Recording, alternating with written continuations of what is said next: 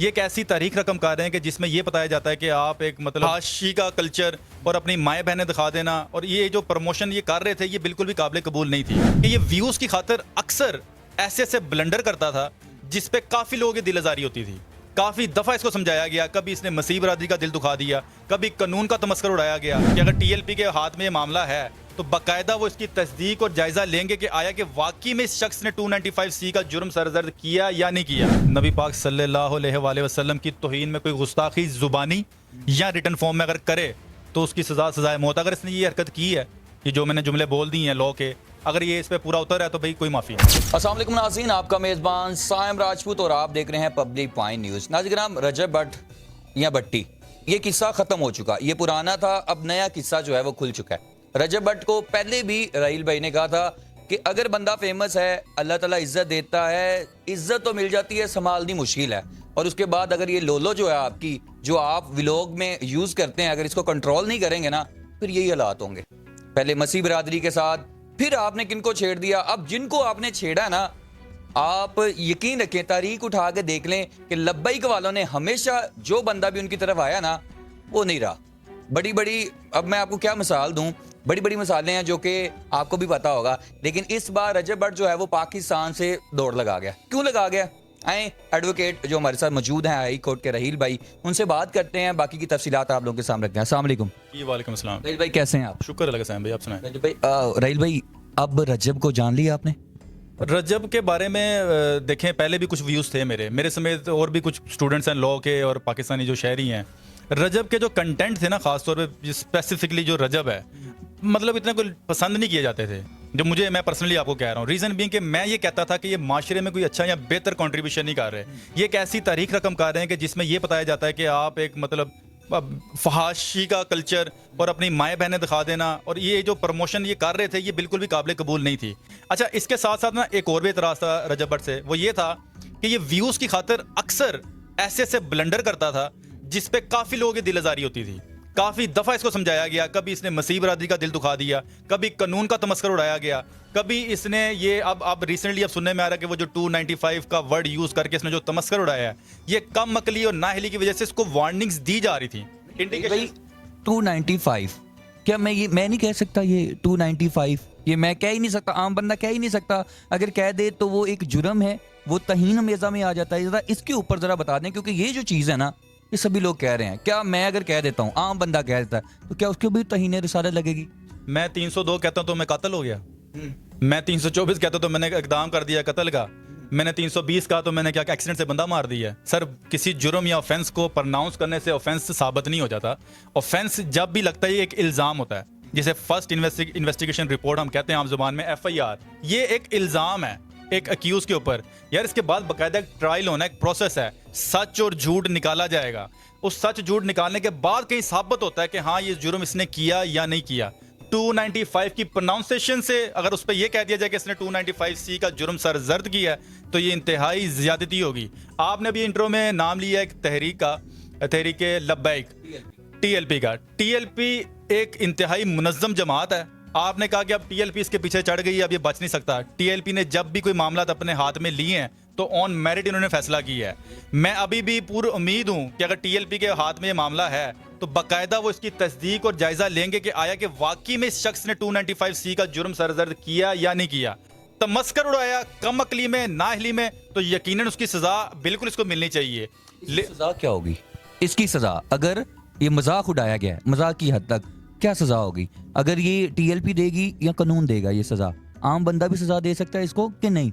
कोई भी शख्स, किसी को भी इजाजत नहीं है कानून अपने हाथ में ले, चाहे वो कोई भी तहरीक है, ये पाकिस्तानी कानून बता रहा हूँ, चाहे वो कोई भी इदारा है, चाहे वो पाकिस्तानी जुडिशरी है, चाहे वो लॉ इन्फोर्समेंट एजेंसीज हैं, चाहे वो आम इंसान है। No one is above the law.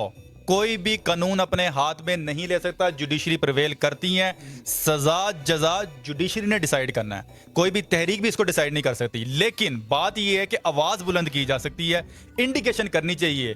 अगर इंडिकेशन भी ना की गई और आवाज़ भी ना बुलंद की गई तो इस तरह तो जराइम की तो फिर बरमार लग जाएगी इस मुल्क के अंदर। तो भाई, मुझे नहीं था पता 295C क्या है, 295C या A क्या है या B क्या है, मुझे नहीं था पता। यकीन माने मुझे नहीं था ये चीज़ का पता। लेकिन अब हर बच्चे को पता चल गया कि ये सही नहीं हाईलाइट हुआ। आज तक किसी ने बताया ही नहीं कि भाई ये रेड लाइन है, इसको क्रॉस नहीं करना। उस बंदे ने तो कह दिया। और उसके इसके अलावा मसीह बरादरी को भी बीच में लिया, उसकी भी माफ़ी है, लेकिन उस बंदे ने आपसे माफ़ी मांगी है, कौम से माफ़ी मांगी है, कुरान पे हाथ रख के माफ़ी मांगी है, तो नहीं मिलनी चाहिए।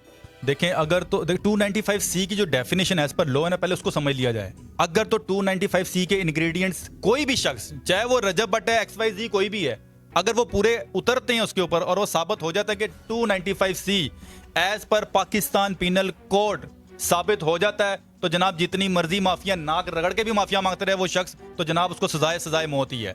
रीजन बीइंग कि इसकी 295C की सजा मौत है।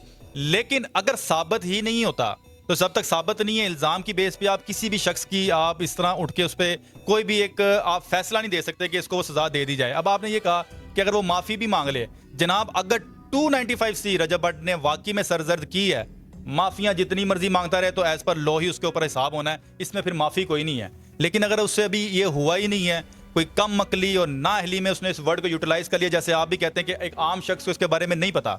रीज़न क्योंकि ठीक है, ये एक स्पेसिफिक दफ़ा है जिसको आम लोगों 295, उन्होंने सिद्धू मूसेवाले के गाने सुन लिए, 295 उस पर लगी हुई थी, इसने कहा पता है उसने कोई मार्का मारा है सिद्धू मूसेवाले ने, और मैं भी कोई मार्का मार दूंगा, ये नाम यूटिलाइज करके सिर्फ प्रमोशन की उसने अपने परफ्यूम की, यानी परफ्यूम बेचने के लिए। यही एतराज़ है रजब भट्ट समेत जितने सो कॉल्ड सुपरस्टार हमने टिकटॉकर्स बनाए हुए हैं, जो कम अकल है, ना अहल है, जिनको हम लोगों ने आगे कर दिया, फेम दे दी है, लेकिन उनको ये अकल समझ नहीं आती कि व्यूज़ की खातिर, पैसों की खातिर थोड़ा सा अपना दिमाग इस्तेमाल कर लिया करें। ये जो ऊपर खोपड़ी अल्लाह ताला ने दी है, इसको इस्तेमाल करने के लिए दी है। जुबान भी कंट्रोल न रहती। रहील भाई, एक एक करके मैं आपसे पूछूंगा, 295C इसकी सजा क्या है?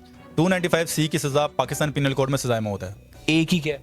एक ही 10 साल है। और बी की उम्र कैद है। ठीक है। अच्छा, इसकी वालदा ने ये कहा कि सिद्धू मूसेवाला को अल्लाह जन्नत नसीब करे।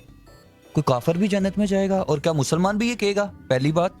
दूसरी बात, नमाज पढ़ते हैं, नमाज का मजाक, माफ़ी, ये सिद्धू मूसे वाली माफ़ी, ठीक है।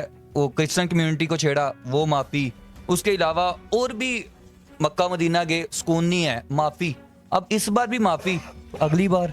सर मैं फिर आपको कह रहा हूँ, अगर तो इसने ये जुर्म किया है, 295C ये कहता है कि कोई भी शख्स नबी पाक सल्लल्लाहु अलैहि वसल्लम की तौहीन में कोई गुस्ताखी जुबानी या रिटन फॉर्म में अगर करे, तो उसकी सजाए मौत। अगर इसने ये हरकत की है कि जो मैंने जुमले बोल दी हैं लॉ के, अगर ये इस पे पूरा उतर है, तो भाई कोई माफ़ी नहीं है। अब कोई माफ़ी नहीं है, इसमें बिल्कुल माफ़ी नहीं है, सज़ा होनी चाहिए। और अगर इसने ये नहीं किया, तो फिर इसको एक मौका मिलना चाहिए, इसको समझ आनी चाहिए। ये बहुत बड़ा, इसको मैं कह सकता हूँ कि एक झटका है इसकी ज़िंदगी के अंदर, जो इसको समझ आ जाए कि यार हर जगह मुंह उठा के व्यूज़ की खातिर आपने हर एक का तमस्कर, आपको इजाज़त नहीं है।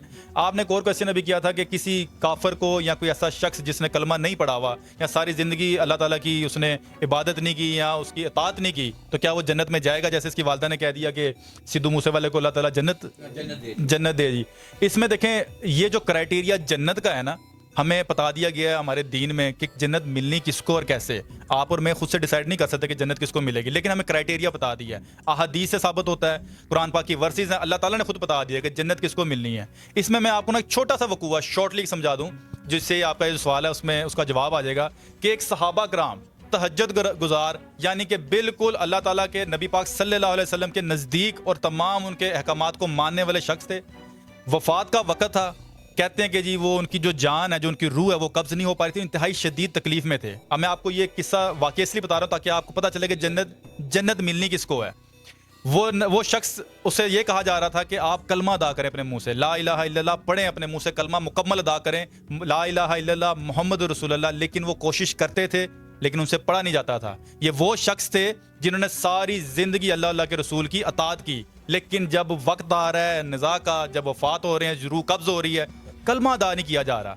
तो नबी पाक सल्लल्लाहु अलैहि वसल्लम ने फरमाया कि कोई इनके बुलाया गया नबी पाक सल्लल्लाहु अलैहि वसल्लम को कि क्या मामला है, ये देखें इनकी रूह कब्ज़ नहीं हो रही, इंतहाई शदीद तकलीफ में है। नबी पाक सल्लल्लाहु अलैहि वसल्लम आए, उन्होंने फरमाया कि इनके वालिदैन में से कोई शख्स जिंदा है? मैंने कहा जी इनकी वालदा जिंदा है। उनको बुलाओ। वालदा को बुलाया गया और पूछा गया कि क्या आप इससे नाराज़ हैं? तो उन्होंने कहा जी मैं इससे नाराज़ हूँ। जी क्यों नाराज़ हैं?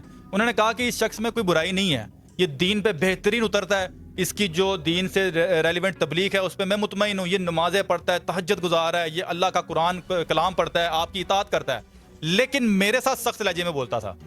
जब भी मुझसे कलाम करता था सख्त लहजे में बोलता था, मुझे इंतहाई तकलीफ है, मैं इसको माफ़ नहीं करूँगी।